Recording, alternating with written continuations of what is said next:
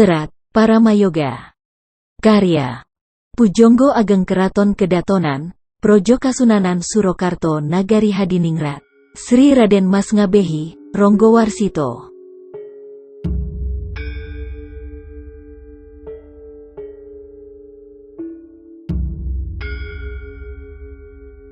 Tujuan penulisan karya sastra ini adalah bahwa cerita ini diharapkan mempunyai manfaat keutamaan yang mudah-mudahan bisa dipetik dan menjadi simbol yang bisa dijadikan teladan oleh terah bangsa Jawa. Juga diharapkan agar cerita ini dapatlah menjadi pusaka peninggalan leluhur bagi anak turunnya di tanah Jawa, sehingga menjadi daya kekuatan bagi mereka.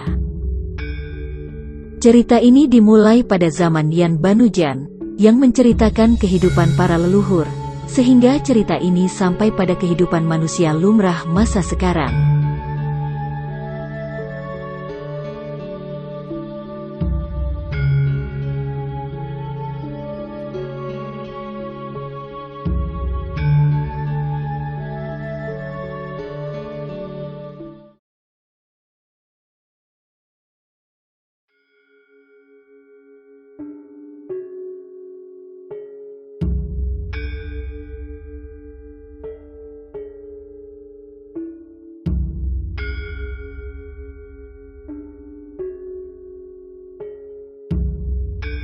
Melihat keduanya berdebat dalam melakukan penyembahan Sang Hyang Tunggal, berkata melerai, "Hei anak-anakku, perdebatan yang kalian lakukan tentang jumlah arah kiblat penembahmu adalah pertanda bahwa di masa datang, Moyo akan mempunyai anak sejumlah 10.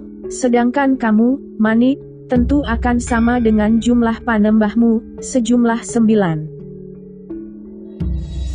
Hyang Moyo menjawab dengan putus asa, "Bagaimana hamba dikatakan bahwa akan mempunyai anak, sedangkan wujud hamba sedemikian buruk, hitam, tidak tampan, seperti wujud Manik. Siapa yang mau diperistri oleh hamba?" Namun, jawaban Sang Hyang Tunggal menenangkan hati Moyo. Seisi jagat ini semua sudah diatur jodohnya. Ada panas, ada dingin, ada tinggi, ada pendek, ada buruk dan ada baik. Moyo, percayalah kepada dirimu yang buruk. Itu hanyalah perlambang akan kekuasaan Tuhan untuk semua makhluknya. Sebaiknya lah kamu tahu bahwa warna hitam adalah langgeng, simbol dari kekekalan abadi selamanya. Moyo menyembah takzim. Ia memohon maaf karena merasa bersalah kepada ayahnya yang tidak bisa ia lihat. Moyo diusap kepalanya oleh Hyang Tunggal dengan cincin retno dumilah. Keajaiban terjadi. Hyang Moyo kemudian berubah cahayanya menjadi bersinar layaknya cahaya bulan purnama. Hyang Tunggal kembali bicara, "Ketahuilah anakku, cahaya dirimu telah berbinar mencorong." Setengah tidak percaya, Moyo menjawab, "Duh Sang Murbeng Tuul, apakah benar cahaya hamba semakin bening sorotnya?" Oleh pertanyaan Hyang Moyo, Sang Hyang Tunggal segera menciptakan benda berwujud cermin. Dihadapkan kaca itu kepada Hyang Moyo dan berkata, "Lihatlah rupamu sekarang." Sang Hyang Moyo, yang melihat rupanya sendiri, yang kini beraura cemerlang, menjadi sedemikian kaget. Namun, kembali ia mendengar orang tuanya berkata, "Anakku, aku memberimu kepastian bahwa di masa depanmu, kamu akan menjadi penguasa di kerajaan bumi. Bila dirimu memperlihatkan diri di Madiopodo, di masa depan nanti, kamu akan menjadi pemomong dari adikmu si Manik. Akulah yang nanti akan menjadi tuanggul dari kalian anak-anakku berdua." Hyang Moyo sujud sedemikian dalam. Ia merasa dirinya sangat berdosa. Maka, kemudian ia kembali berkata kepada ayahnya, "Duh ayahku, hamba merasa sangat bersalah. Kini, putramu mohon maaf atas kesalahan besar hamba yang telah berlaku ceroboh." Sang Hyang Tunggal menjawab dengan sabar, "Tegakkan kepalamu anakku. akan aku sirami dirimu dengan air kehidupan, Tirta Kamandanu, agar kesedihan dalam dirimu menjadi terbebaskan. Kehidupan alam Sunyoruri adalah tidak ada bedanya dengan kehidupan di Arcopodo, dan ketahuilah bahwa aku akan menuruti setiap kali kamu meminta kepada diriku. Lihatlah, aku akan menciptakan wanita sebagai jodohmu, wanita yang sangat cantik, sebagai ibu dari anak-anakmu nanti. Tiba-tiba, di hadapan Moyo, tampil wanita cantik, sebagai ciptaan dari Sang Hyang Tunggal. Itulah jodoh Moyo, yang dinamakan Gyah Senggani. Moyo sangat terpesona melihat wujud Gyah Senggani. Moyo, wanita ini sudah menjadi pepasti bahwa inilah jodohmu selama-lamanya. Mulai sekarang, namamu akan aku tambahkan sebagai Sang Hyang Semar, Sang Hyang Jagat Wungku, Sang Hyang Isworo Gastowo, dan juga Sang Hyang Rasworo. Sebelum Moyo menjawab, terdengar Sang Hyang Tunggal kembali berkata, "Segeralah anakku, jangan membuang waktu. Laksanakan tugasmu, menjadi raja di jagat Sunyoruri." Kemudian, Sang Hyang Semar dan istrinya bersujud di hadapan Sang Hyang Tunggal. Kemudian, mereka undur diri. Sepeninggal Sang Hyang Semar, yang sudah naik di antara mega bersama istrinya, Batara Manik, barulah berkata setengah mengeluh, "Duh Kangjeng Romo, Paduka yang Maha Asih, Ayah sudah tahu bahwa diri hamba lebih tampan dan bercahaya cemerlang dibanding Kakang Moyo. Bahkan, cahaya diri hamba melebihi cahaya bulan purnama. Tetapi ayahanda, hamba sama sekali tidak mempunyai kesaktian sebagaimana dimiliki oleh Kakang Moyo. Maka tahulah hamba bahwa sayang Paduka terhadap anak-anak Paduka adalah tidak berimbang."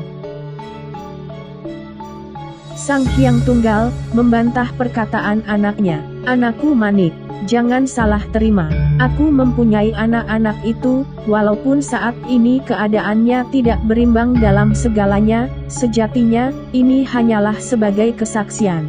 Karena aku menguasai dirimu, aku dan dirimu bersama, akan mampu mengadakan hal yang belum terjadi, dan meniadakan yang sekarang ada. Sayangku terhadap dirimu itu, tidak ada yang mengimbangi. Kakakmu menguasai alam Adam Makdum, dan sebaliknya, dirimu dapat dipastikan, di masa nanti akan menjadi raja, menguasai jagat dan seisinya. Lihatlah di dalam cermin ini, apa yang kamu lihat?" Manik maju menuruti apa kata ayahnya. Di dalam cermin, ia melihat jagat Triloka beserta isinya. Maka ia bergegas mengajukan pertanyaan. "Hamba melihat seisi jagat Triloka, tetapi hamba tidak melihat sosok hamba sendiri di dalam cermin. Berilah hamba keterangan tentang apa yang hamba lihat."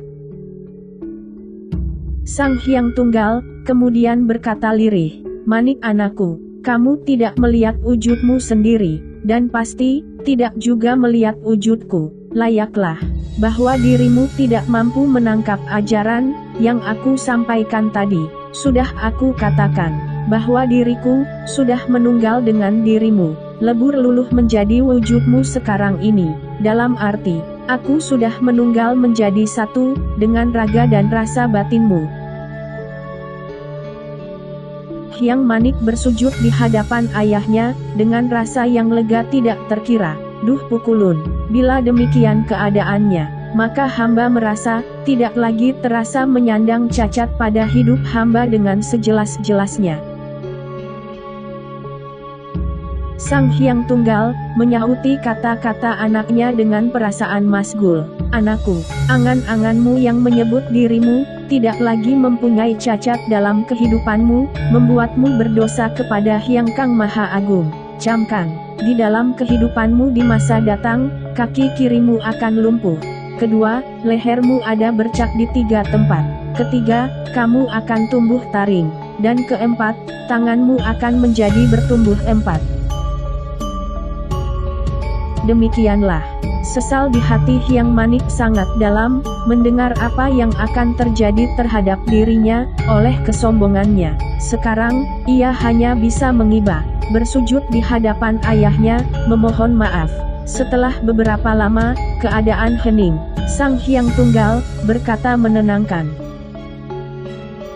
"Anakku, jangan bersedih berlebihan, karena itu sudah menjadi takdir yang kuasa. Cacat dirimu adalah sebagai ciri dari seorang yang berkelakuan berlebihan, menganggap diri seperti memiliki kekuasaan Gusti. Bila kamu menyingkir dari cacat pada dirimu, apakah dirimu akan menyamai keadaan Tuhanmu? Tuhanmu yang maha mulia itu tidak terkirakan perbedaannya dengan dirimu, dan tidak akan pernah berbuat seperti apa yang kamu lakukan. Perbuatanmu itu berbahaya, dan akan berbuah siksa yang teramat pedih di hari nanti. Sebenarnya, yang dinamakan kaula itu adalah keadaan yang bersatu luluh dalam perkara yang berjumlah 4 hal: rusak, sial, murka, dan lupa. Maka, lebih baik terimalah keadaanmu itu anakku. Bila itu dapat kamu lakukan, maka kamu akan memperoleh pelipur dukamu. Sekarang, kamu ambil baiknya saja, bahwa kamu telah tahu akan apa yang akan terjadi pada dirimu di masa datang, apapun yang bakal terjadi atasmu." Sang Hyang Manik mendengarkan apa yang dikatakan oleh orang tuanya dengan seksama. Semua yang dikatakan telah mengusir semua kesedihan serta kekecewaan yang menderanya. Maka kemudian katanya memohon kejelasan. "Duh Pukulun, pada saat lalu Paduka sudah katakan bahwa hamba akan berputra 9. Mohon perkenankan Paduka untuk memberitahu jodoh hamba sekarang." Jawab Sang Hyang Tunggal, "Jodohmu bakal datang di masa depan. Dialah manusia dari Parsi. Ia sangat cantik, melebihi para bidadari. Namanya adalah Dewi Umayi. Dialah anak dari Umaran, keturunan dari Baginda Saleh. Sekarang, segeralah untuk memulai naik tahta, membawahi semua yang hidup di dunia. Jadilah penguasa di kerajaan yang bisa kamu bangun di lereng Gunung Tengguru, yang merupakan bekas dari kerajaan Sang Hyang Wenang di masa lalu." Usai mengatakan pesan terakhir itu, Sang Hyang Tunggal memberikan segala pusaka tinggalan leluhur, berupa Retno Dumilah, Cupu Manik Astogino, yang berisi air kehidupan, dan Loto Mayosadi. Penyerahan itu disaksikan seluruh jagat, yang bergetar disertai guntur bersahutan.